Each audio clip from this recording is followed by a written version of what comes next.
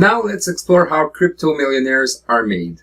Now before thinking about trading, you need to build yourself a portfolio that you're going to hold for a long time. If you take a look at Warren Buffett, George Soros, Paul Tudor Jones, Elon Musk, Mark Cuban, and all these guys, they're all purchasing crypto in 2021. And they're all holding everything they're purchasing. Now HODL simply means hold for dear life. They never sell, they let the profits grow, and time makes them and you profits if you hold for a long time. See it like this. In 1 week, a crypto coin could go up 10, 25%, but if you hold for 5 years, it can go 500% more. So the growth is much bigger the longer you hold it. That's how crypto works. And if you look at the billionaires and major corporations that are investing in crypto, they don't trade futures and they don't do leverage trading in the beginning. They buy and hold. Now, obviously, myself and probably all these guys, they also have a second portfolio that they use for trading. But just like anybody else, my biggest portfolio is the one that I'm holding on. Because I know that in the long term, I'm going to make a lot more profit than just buying and selling in short terms. Now, you might wonder which coins are good to hodl. Well, obviously, there's Bitcoin, Ethereum, Ethereum Classic. Soon, there will be Ethereum 2.0, Polygon, Cardano, Chainlink, Litecoin, VeChain. These are all coins that have a utility and that will be there for a long time. So if you want to hold a portfolio, these are the main coins I suggest you to get. And in the long term, you'll see a very big growth. But most importantly, these coins will not disappear as soon as there's a little bear market that appears. So because they have utility, these coins are going to be around for a long time. And very important, you only want to invest what you can afford, especially if you're holding. And what I suggest is you never cash out anything for at least 5 years. This is how you'll make big profits. So this is why it's important that you only invest money you can afford. Let's sit for the next 5 years. What's fun about crypto is you could buy little by little as time goes by. And in time, this accumulates and makes you a lot of profits. Please move on to the next part of the training. Now, if there's one thing I'm guilty of and that I've done in the past myself was panic selling.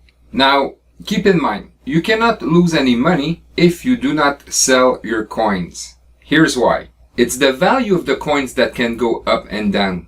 But the number of coins you have is what matters.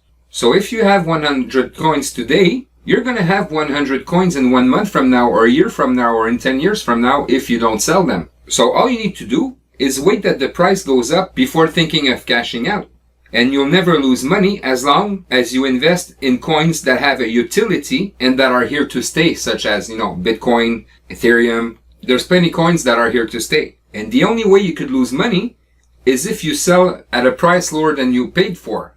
So if you purchased here and the price went down and you sold there, for sure you're going to lose money. But if you just wait that the price goes back up, because what goes up must come down and what comes down must go up, you just need to be patient and wait that the price goes up to a price that you want to sell it at, where you could take a profit.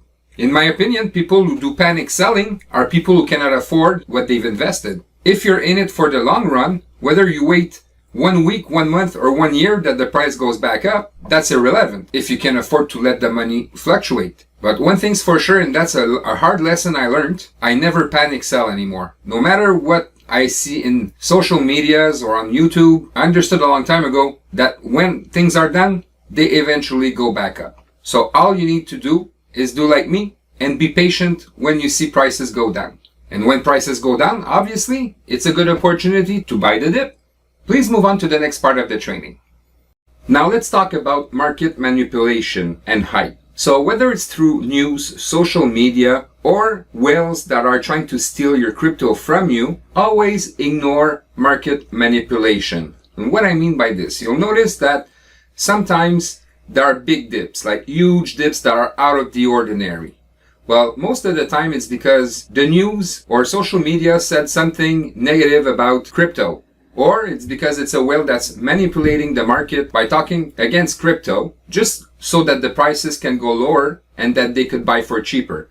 Now, a lot of market manipulation is done through Bitcoin because this is where most investors put their money on. Now, the reason why they're manipulating the market is because there will only be 21 million Bitcoin ever mined, and this creates a shortage right now.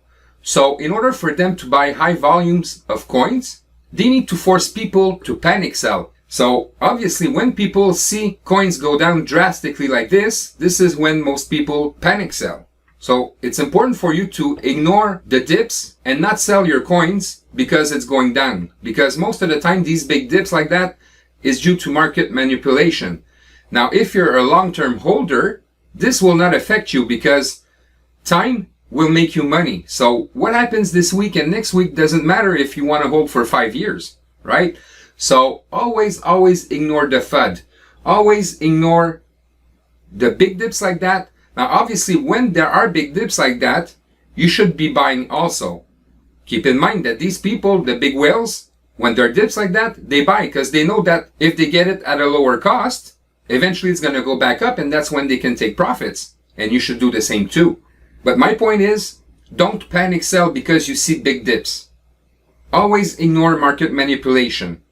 Now, obviously, if you do day trading, big dips like that could affect you. But as a long-term holder, it won't affect you. It's just going to give you opportunities to buy for lower cost. It's as simple as that. And just like any market, there will always be manipulation. But in my book, it gives you an opportunity to buy at a lower cost when it happens. Please move on to the next part of the training. Now, most people make the same mistake. They get in crypto when everybody's talking about it and prices are super high. But think about it for a second.